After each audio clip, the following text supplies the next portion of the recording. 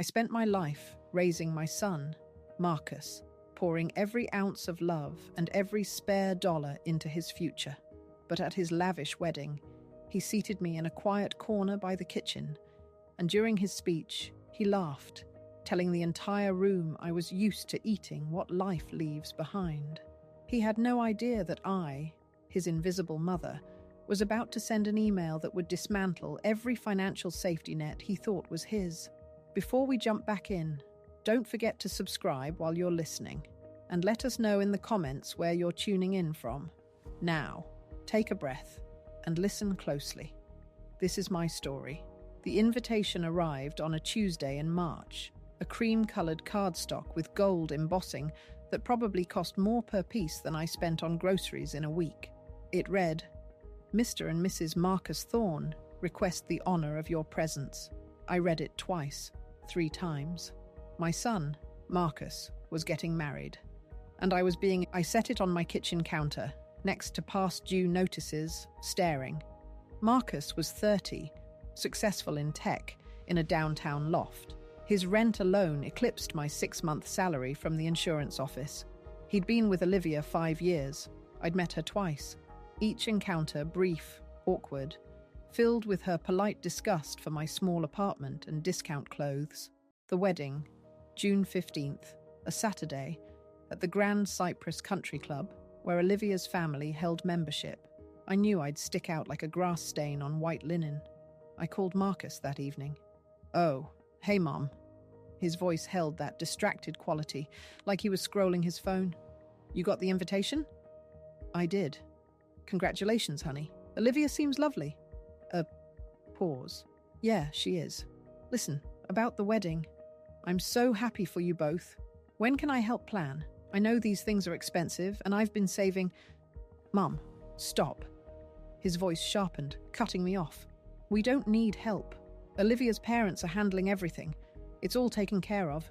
I'm not talking about money, Marcus. I'm talking about being involved. Mother-son dance, choosing flowers, cake tasting. We've already done all that. Look, just show up, okay? Wear something nice, but not too, conservative. Olivia's family is pretty traditional. Something nice, but not too me." I understood. "I wouldn't want to embarrass anyone," I said, my voice steady despite the familiar ache spreading in my chest. "It's not about embarrassing, Mom." "Never mind. I have to go. Olivia's making dinner." The line went dead. I sat in my silent apartment, staring at the invitation. "Black tie optional," it read. I'd never owned anything that passed for black tie. My best dress, navy, 5 years old, was for Marcus's college graduation. Over the next 3 months, I saved every penny. Skipped meals, walked to work instead of the bus, cancelled cable. By May, I had enough for a dress that wouldn't humiliate him. Deep emerald green, simple, elegant, from a department store. I even splurged on new shoes and had my greying hair professionally styled. I desperately wanted to look like I belonged, worthy of being his mother. Wedding morning, I barely recognized the polished, dignified woman in my bathroom mirror. For a moment, I imagined Marcus's face when he saw me. Maybe pride. A moment he'd introduce me to his in-laws without that subtle grimace. The Grand Cypress Country Club stretched across manicured grounds, leading to a lake. Luxury cars lined the drive.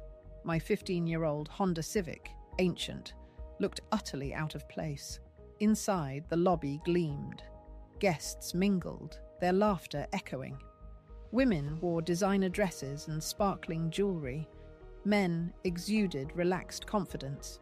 I spotted Marcus by the staircase, tux perfect, laughing with Olivia's father. Olivia, in a dress worth my annual salary, stood radiant beside him. They looked straight out of a magazine.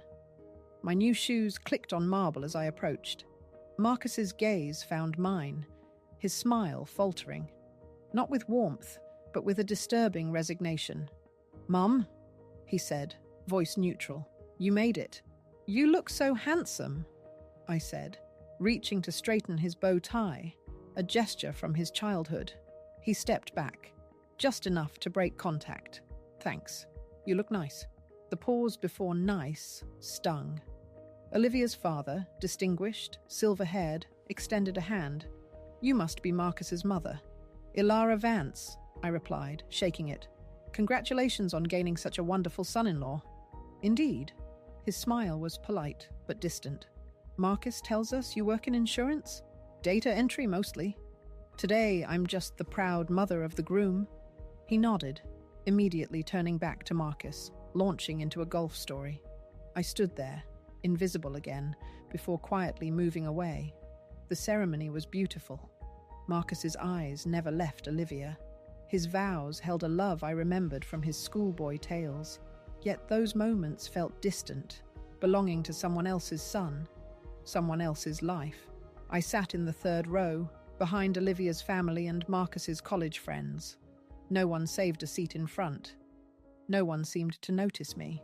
After, as guests drifted to the reception, I lingered in the chapel, preparing. The reception would be harder. More chances to feel out of place, for small humiliations. But I was Marcus's mother. This was his wedding day. I would endure, because that's what mothers do. I had no idea that in a few hours, I would discover there were limits to what even a mother's love could endure. Have you ever felt that silent, internal breaking point? Where the world shifts, and you know something irreversible has begun. The reception hall was a vision of understated elegance, a stark contrast to the growing hollowness inside me. White linens, draped tables, crystal stemware caught the light, and centerpieces, meticulously arranged, looked as if they'd been crafted by florists who charged more per hour than I made in a day. Round tables for 8 dotted the room, each a careful ecosystem of social hierarchy. I scanned for my place card.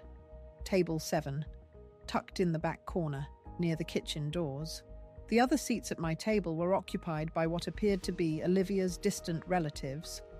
An elderly aunt with a hearing aid, a couple who looked profoundly uncomfortable in their formal wear, and several empty chairs that suggested even the furthest reaches of the guest list hadn't all bothered to show up. Table 1, directly in front of the head table where Marcus and Olivia would sit, held the Thorne Vance families and their closest friends. Table 2 brimmed with Marcus's college buddies and their wives. Table 3, Olivia's sorority sisters. I watched this careful choreography of wealth and connection, understanding precisely where I ranked in my son's new world. "Excuse me, are you Marcus's mother?" The voice belonged to a woman in her 60s with kind eyes and an apologetic smile. "I'm Margaret, Olivia's great-aunt. I was hoping to sit with someone who knows the groom." "Ilara Vance," I replied, genuinely grateful for any friendly face. "Please, join me." As we settled in, Margaret leaned closer. "Between you and me, I feel a bit out of place here. All this," she gestured at the opulent surroundings, "it's beautiful, but it's not exactly my cup of tea. It's Marcus's special day," I said automatically. "That's what matters." The cocktail hour stretched on, and I watched my son work the room like a politician. He moved from table to table, shaking hands, sharing laughs, playing the perfect groom. But as the minutes ticked by, I noticed something that made my chest tighten. He visited every table except mine. I told myself he was saving the best for last. I told myself he was busy. I told myself anything that would keep the growing hollow feeling in my stomach from expanding. When dinner was finally served, the wait staff moved with practiced efficiency, delivering plates to the head table first, then working their way through the hierarchy. Tables 1 through 6 received their meals. Beautifully plated salmon with asparagus and roasted potatoes, still steaming. By the time they reached our table, the kitchen was clearly running behind. Margaret received her plate, lukewarm but presentable. The elderly aunt got hers next, then the uncomfortable couple. Then they ran out. "I'm so sorry," the server said, looking genuinely embarrassed. "There was a miscommunication in the kitchen. Your meals will be out in just a few minutes." 20 minutes passed, then 30. Around us, the other guests had finished eating and moved on to toasts and speeches. I sat with my empty place setting, my stomach growling quietly, watching my son laugh at his new father-in-law's jokes. Finally, a different server appeared with a plate.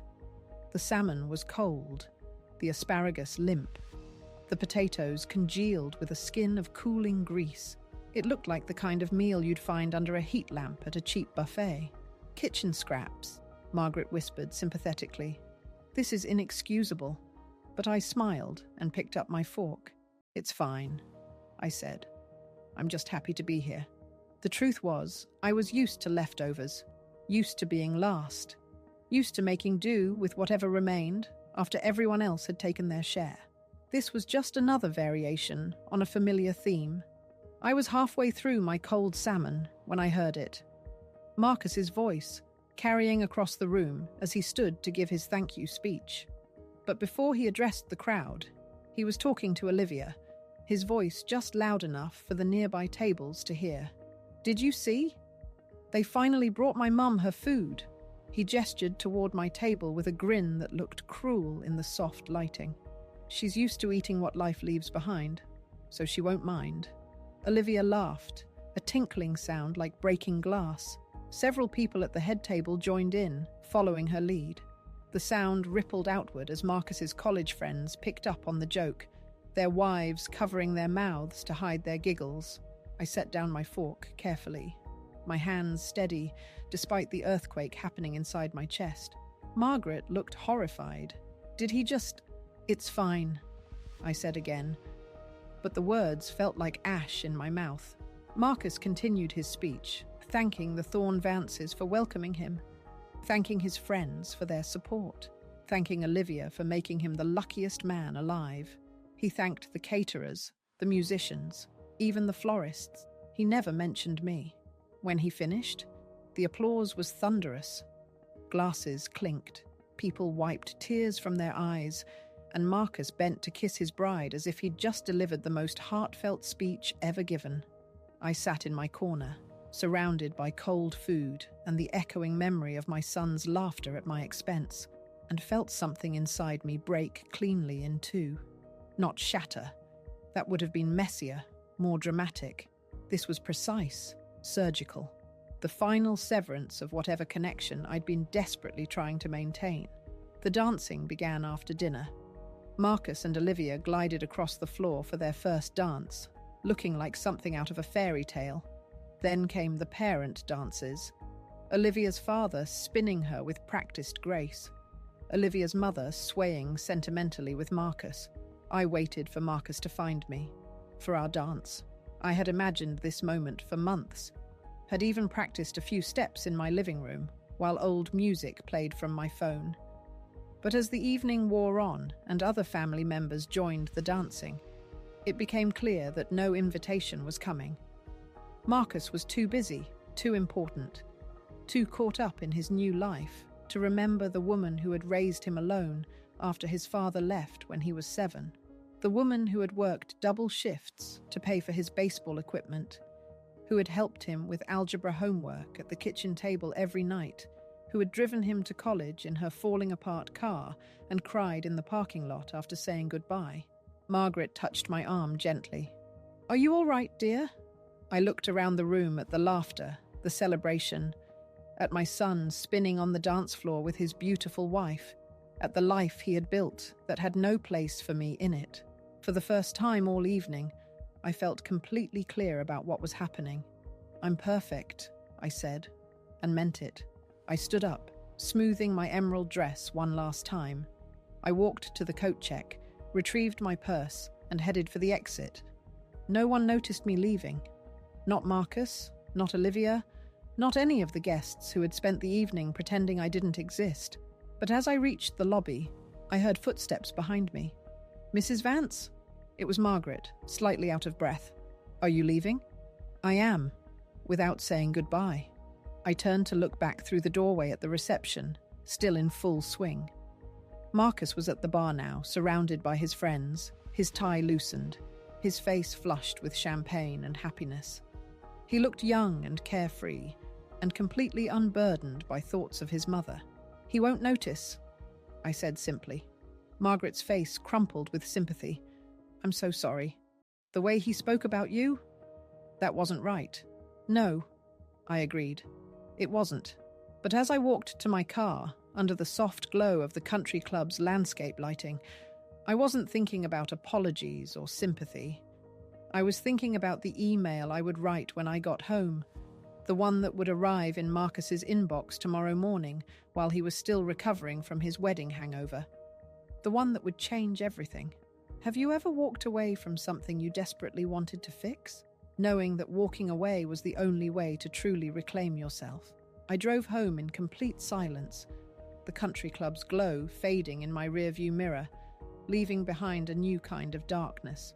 The woman who had driven there, hopeful and nervous, still clinging to a faded picture of family, was gone. In her place, a new self was stirring.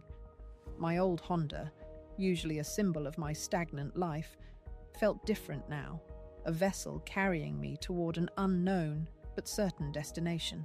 My apartment, once small and confining, now felt like a blank canvas, stripped of the illusions I'd meticulously painted over the years. I hung my emerald dress in the closet, next to my work clothes, and changed into familiar, worn jeans and a t-shirt. Then, I sat at my kitchen table, laptop open, the screen's faint glow illuminating my determined face.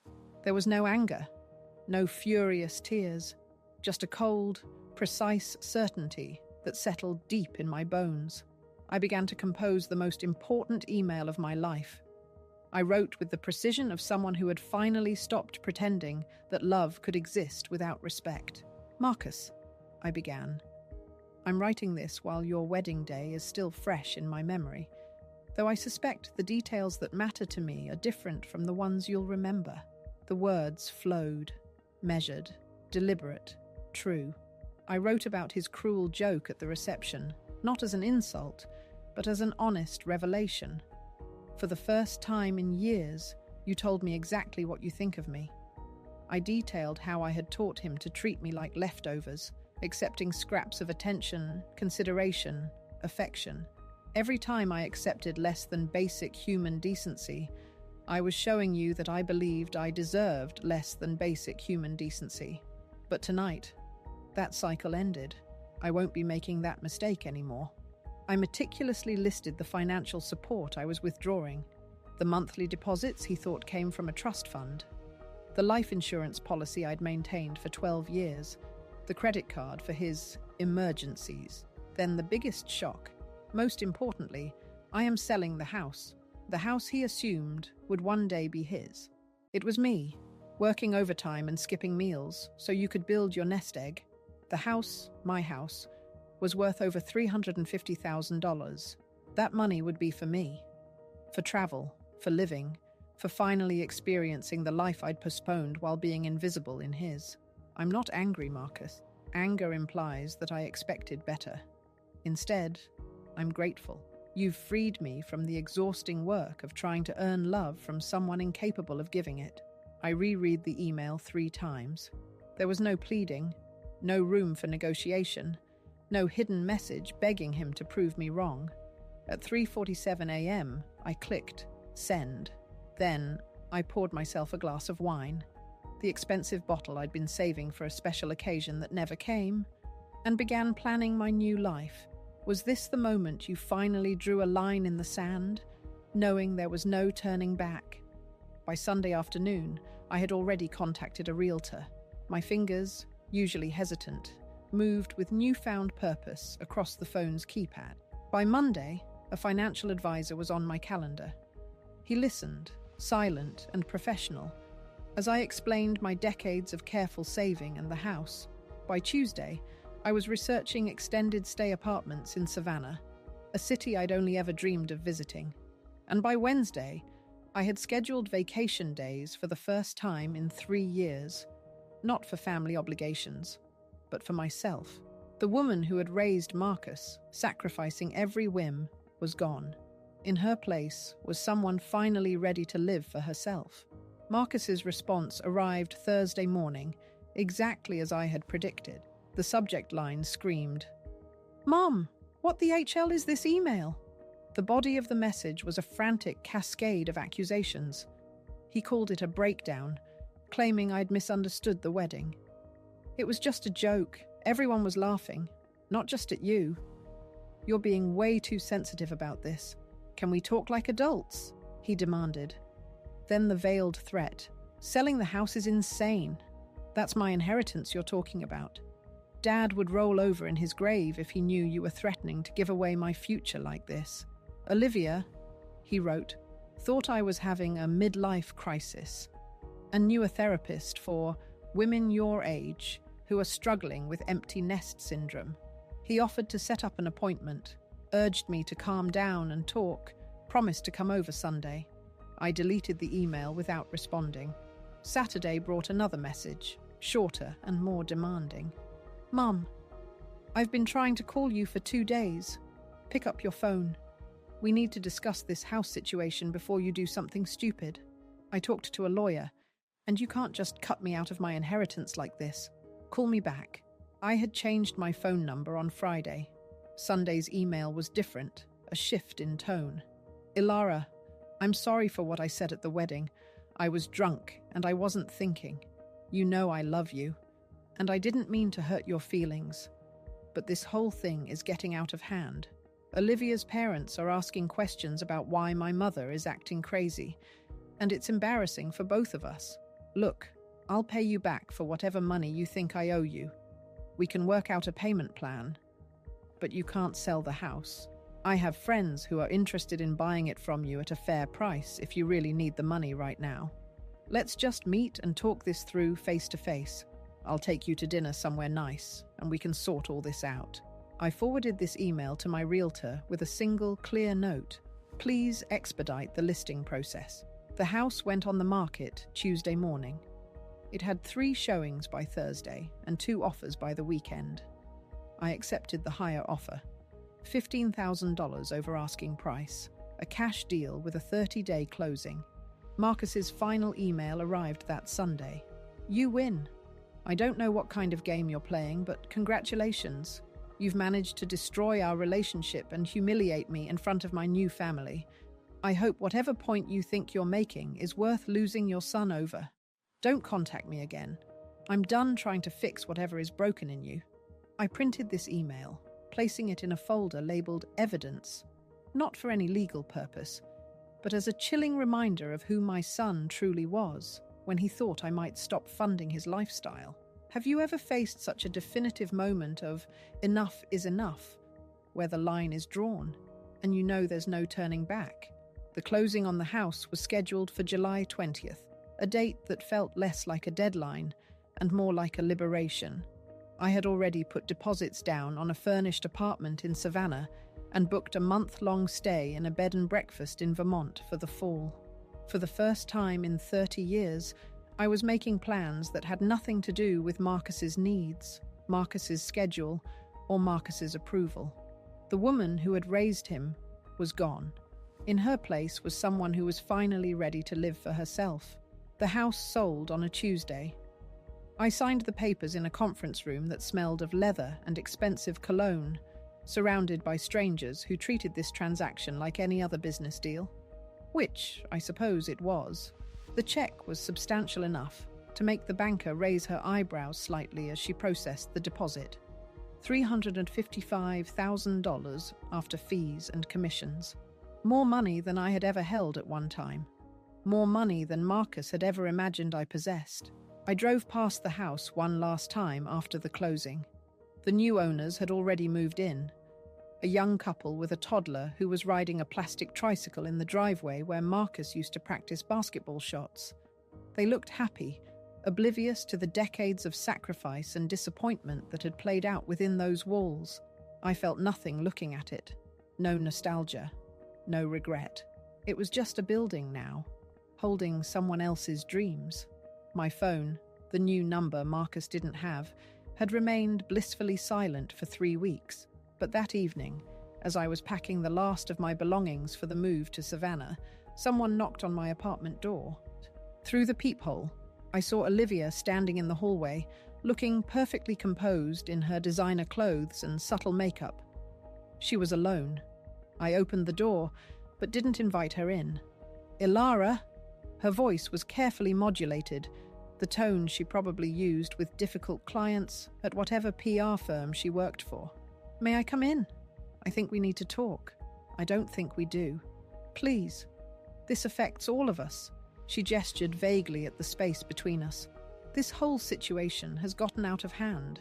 I stepped aside and let her enter, more out of curiosity than courtesy. She took in my half-packed boxes and bare walls with the same polite assessment she'd used when evaluating my dress at the wedding. "Coffee?" I offered, hoping she'd decline. "That would be lovely." I made 2 cups from the instant coffee that was all I had left, serving them in mismatched mugs. Olivia accepted hers with a smile that didn't reach her eyes. "I want you to know that I had no idea Marcus was financially dependent on you to such an extent." She sipped her coffee delicately. "He never mentioned the monthly deposits or the credit card arrangement. I'm sure he didn't. When I married him, I assumed his savings account represented his own financial discipline. If I had known..." She trailed off, letting me fill in the blanks about what a responsible woman like her would have done. Would it have mattered? Olivia's composure flickered slightly. Of course it would have mattered. I don't believe in adults relying on their parents indefinitely. But now that we know about these arrangements, we can work something out. Marcus's salary is quite good.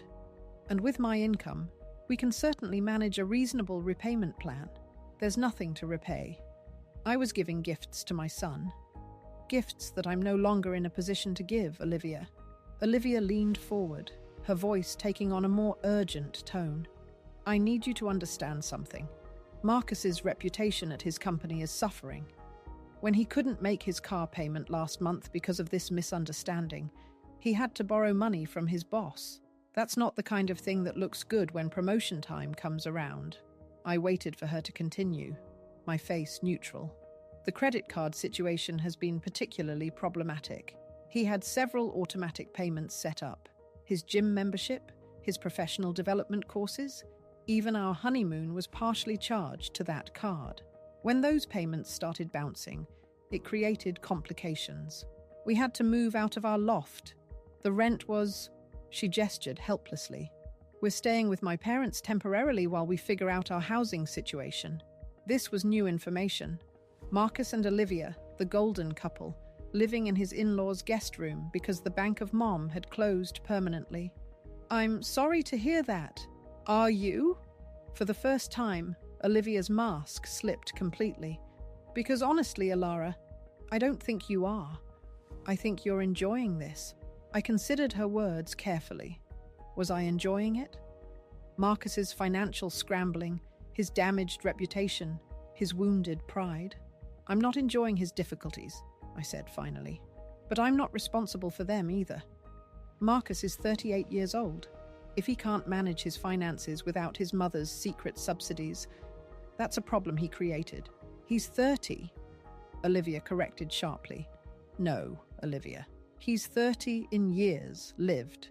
But he's never had to be an adult because I kept solving his problems before he even knew he had them.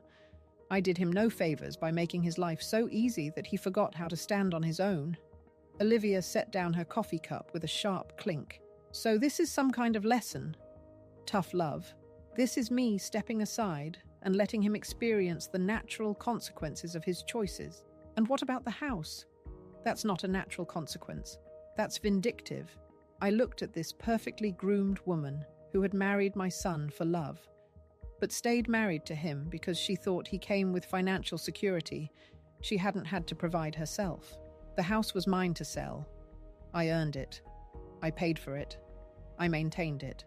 Marcus assumed it would someday be his, but assumptions aren't legal documents. "But surely..." I stood up, signaling that this conversation was over. "Marcus made his position clear at your wedding. I'm used to eating what life leaves behind. Well, I've decided I'm not hungry for leftovers anymore." She stared at me for a long moment, recalibrating, trying to find an angle where direct appeal had failed. What if Marcus apologized? Really apologized? Would that make a difference? No. What if we invited you to dinner, made sure you felt included in our lives going forward? No. Then what do you want? The question came out as almost a shout, her composure finally cracking completely. What would it take for you to stop punishing him? I'm not punishing him, Olivia. I'm just not rescuing him anymore. There's a difference. She gathered her purse and stood, her movements sharp with frustration. You know what I think? I think you're bitter because your life didn't turn out the way you wanted it to. And now you're taking it out on Marcus because he's successful and happy. I walked her to the door, unmoved by her analysis. Marcus's success was built on a foundation I provided without his knowledge. His happiness was subsidized by my poverty. Now we'll see what he can build on his own. After she left, I finished packing in peace. The soft savannah evening outside my window promising a future utterly free from anyone else's expectations. Have you ever had to choose between a past you desperately clung to and a future that promised true freedom? The next morning, I loaded my car with everything that truly mattered: 2 suitcases, a box of books, and my laptop. I drove south, toward a life I had never imagined possible. Savannah welcomed me with soft, warm air and the scent of magnolias. My new apartment, 4 blocks from the river, was small, but the rent was reasonable. For the first time in decades, I could afford it without sacrificing other necessities. I found a part-time job at a local bookstore. Nothing glamorous, just enough to supplement my savings while I figured out what came next. The owner, a woman named Rita, about my age, offered me the position the day I applied. You seem like someone who understands that books are more than just inventory, she said, her eyes kind, sensing a shared quietness in me. For 3 months, I lived quietly, anonymously, peacefully. I read books I'd never had time for, took long walks along the river, learned to cook meals for one person without feeling sorry for myself. I heard nothing from Marcus, which was exactly what I expected. Then, on a Thursday afternoon in October, Rita handed me a phone message. "Someone called looking for you," she said. She paused, searching for the right word. Desperate. I stared at the message. Marcus had somehow tracked me down, found the bookstore, convinced Rita to take a message. The fact that he'd gone to such lengths told me everything I needed to know about his current state of desperation. "Did he say what he wanted?" I asked Rita. "Just that it was urgent, and he needed to speak with you. He left a number." She studied my face carefully. "You don't look happy about hearing from him." "I'm not," I confessed. "Family's complicated," Rita said, with the wisdom of someone who'd lived long enough to understand that blood doesn't automatically create bonds worth maintaining. I folded the message and put it in my pocket. 3 hours later, as I was shelving returns in the poetry section, I threw it away. But Marcus wasn't the type to give up easily, not when he truly needed something, and his appearance would prove far more impactful than a simple phone call. Have you ever cut ties with someone, only for them to relentlessly pursue you when their comfort is threatened? 2 days later, Marcus appeared at the bookstore in person, an unexpected, jarring sight. I was helping a customer find a biography when I looked up and saw him standing near the front door, scanning the store. He looked terrible, thinner than I remembered, his clothes wrinkled, his usual confident posture replaced by something that resembled panic.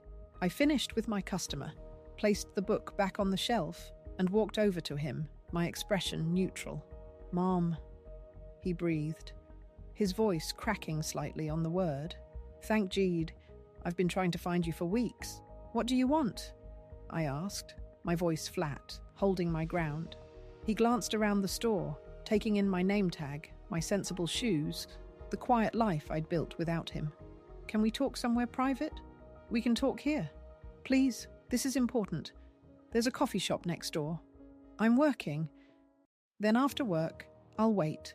I looked at this man who had once been my little boy, who used to crawl into my bed during thunderstorms and tell me I was the best mum in the world. That child was gone, replaced by someone who only remembered I existed when he needed something. I get off at 6 Ikul. The coffee shop closes at 7. You have 1 hour. Relief flooded his face, a raw, desperate thing. Thank you. I'll be waiting. At 6:01, I found him at a corner table. 2 cups already ordered. He'd gotten me a latte with extra foam, the way I used to drink them when he was in high school, and we'd occasionally gone to the mall together. The gesture was calculated, meant to remind me of better times. I sat down without touching the coffee. You look good, he said, trying for casual. Rested? What do you want, Marcus? He took a breath, composing himself.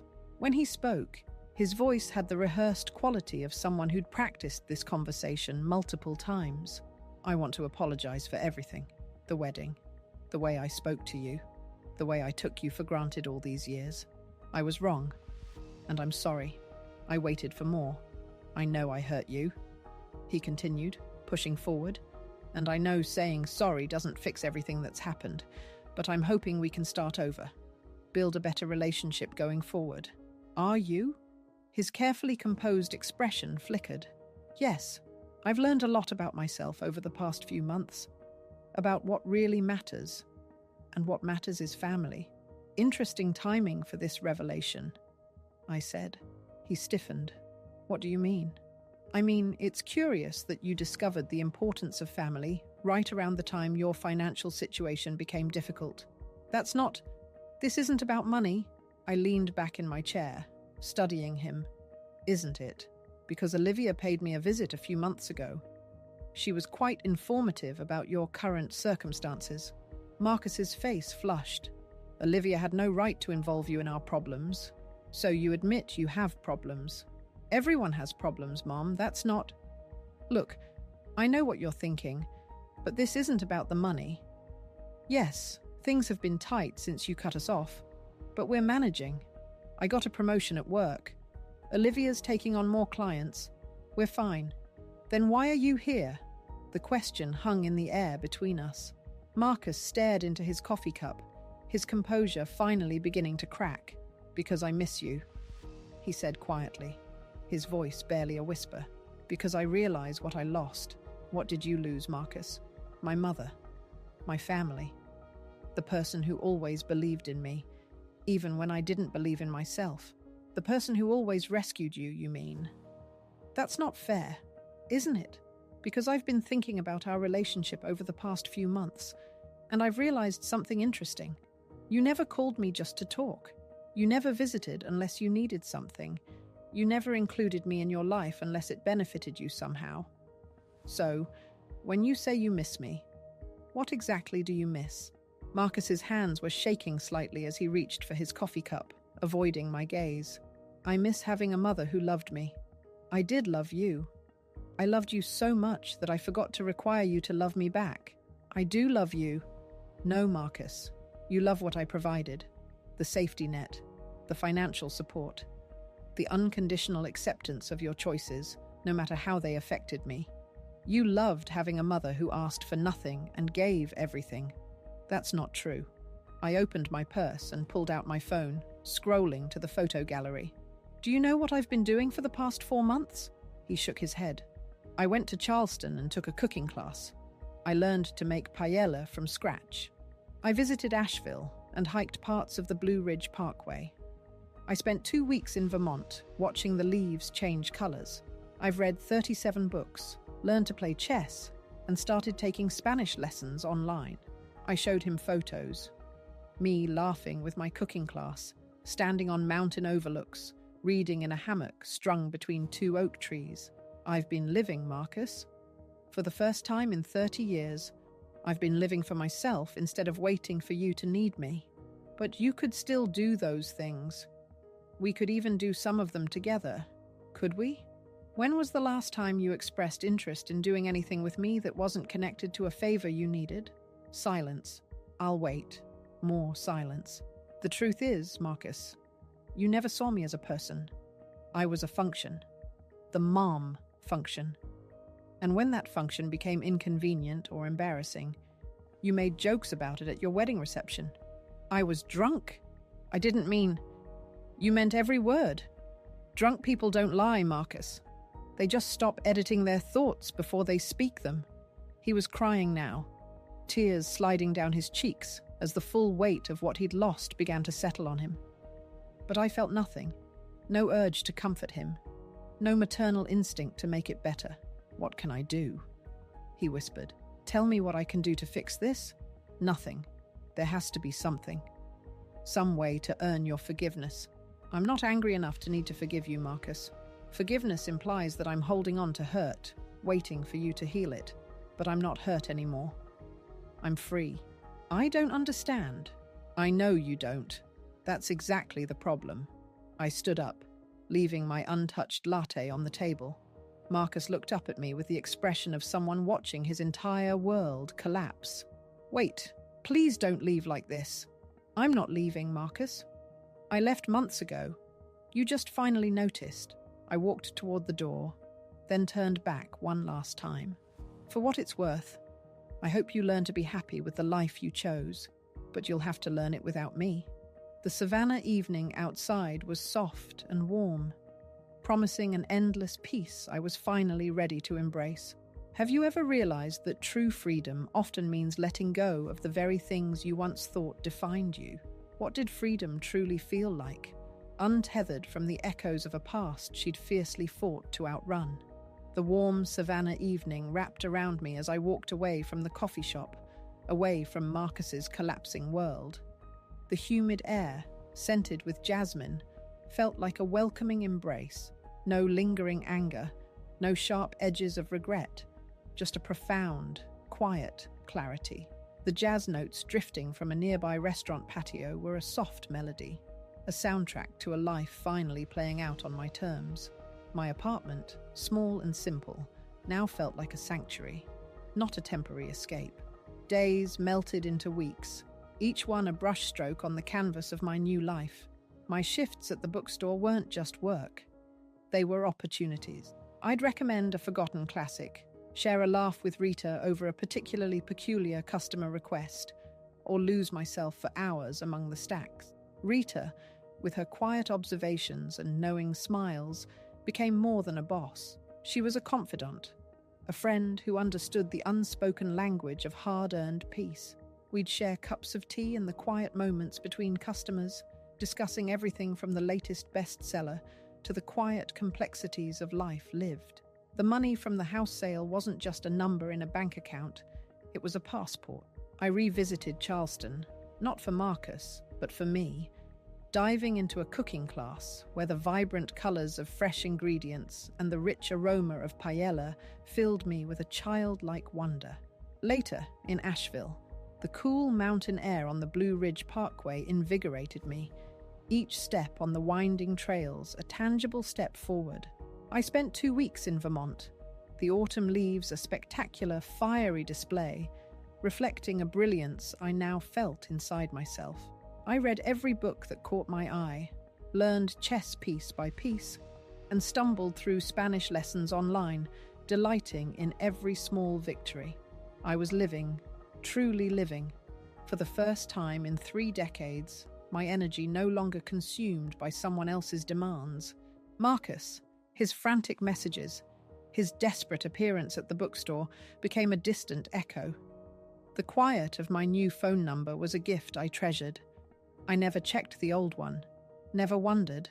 There was no space for that old bitterness, no room for the yearning for a love that was never truly reciprocal. The woman who had sought his approval, who had silently absorbed his cruelty, was a ghost of a past life. The final email, his declaration of being done trying to fix whatever is broken in you, had ceased to sting long ago. It was merely a document of his own entitlement, a testament to the fact that sometimes removing the safety net reveals the truth about who someone really is. Looking out at the Savannah River, its current steady and strong, I saw a reflection of myself. There was so much more to discover, more experiences waiting, more people to meet who saw me not as a function, but as Ilara. The path ahead stretched wide and inviting, filled with possibilities I was finally free to explore. The world, once small and centered around a single, ungrateful orbit, was now vast and boundless. The woman who spent 30 years accepting leftovers was truly gone. replaced by someone who had finally learned that she deserved a seat at the table, or better yet, a table of her own. Have you ever reached a point where letting go of what you thought you wanted opened the door to the life you truly deserved? Share your stories below. Your voice matters. And don't forget to subscribe to join our community of strength and